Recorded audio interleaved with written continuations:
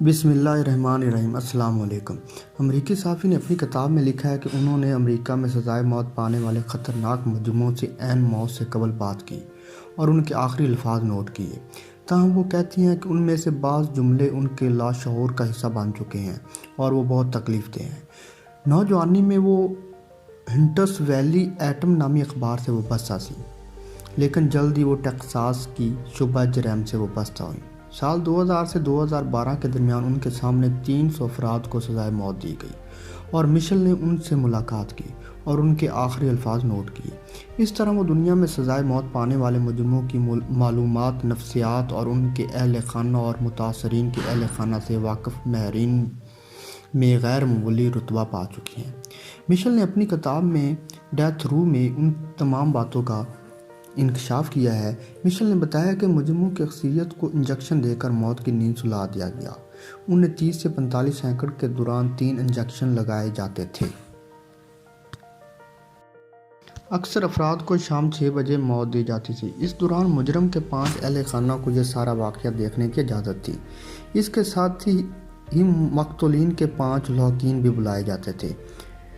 مجرموں کو پہلے گہری نیند کا ٹیکہ دیا جاتا تھا، جس سے وہ نیند میں چلے جاتے تھے۔ اس کے بعد پٹھوں کو سکون دینے والا انتہائی مہلک ٹیکہ دیا جاتا تھا، جس سے پھیپھڑے اور سینے اور پیٹ کا درمیانی حصہ تباہ ہو جاتا تھا۔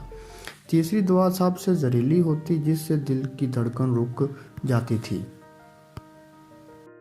میں نے سزائے موت پانے والوں کی بیویوں، بچوں اور عزیزوں کو آخری لمحات میں روتے اور بلکتے دیکھا۔ میں سمجھتی ہوں کہ بعض معاملات میں سزائے موت درست ہوتی ہے، لیکن اس کا طریقہ کار بہت پیچیدہ ہے۔ مشل نے کہا کہ موت کے کمرے میں جانے سے قبل بہت کم مجرموں نے بات کی، حالانکہ انہیں اہل خانہ سے 2 منٹ کی گفتگو کی اجازت دی جاتی تھی۔ ان میں سے بہت سے لوگوں نے معافی مانگی اور کچھ لوگوں نے کہا کہ انہوں نے جو کچھ کیا وہ غلط کیا۔ جب انہیں اپنے اہل خانہ سے ملنے دیا گیا تو وہ بہت پچھتائے، کیونکہ وہ سمجھتے تھے کہ ان کے جرم کی وجہ سے اہل خانہ شدید مصائب کا شکار ہوئے ہیں۔ البتہ ایک مجرم نے جیل کے وارڈن سے گفتگو کے لیے اضافی وقت مانگا اور 20 منٹ تک اپنے بچوں اور بیوی سے بات کرتا رہا۔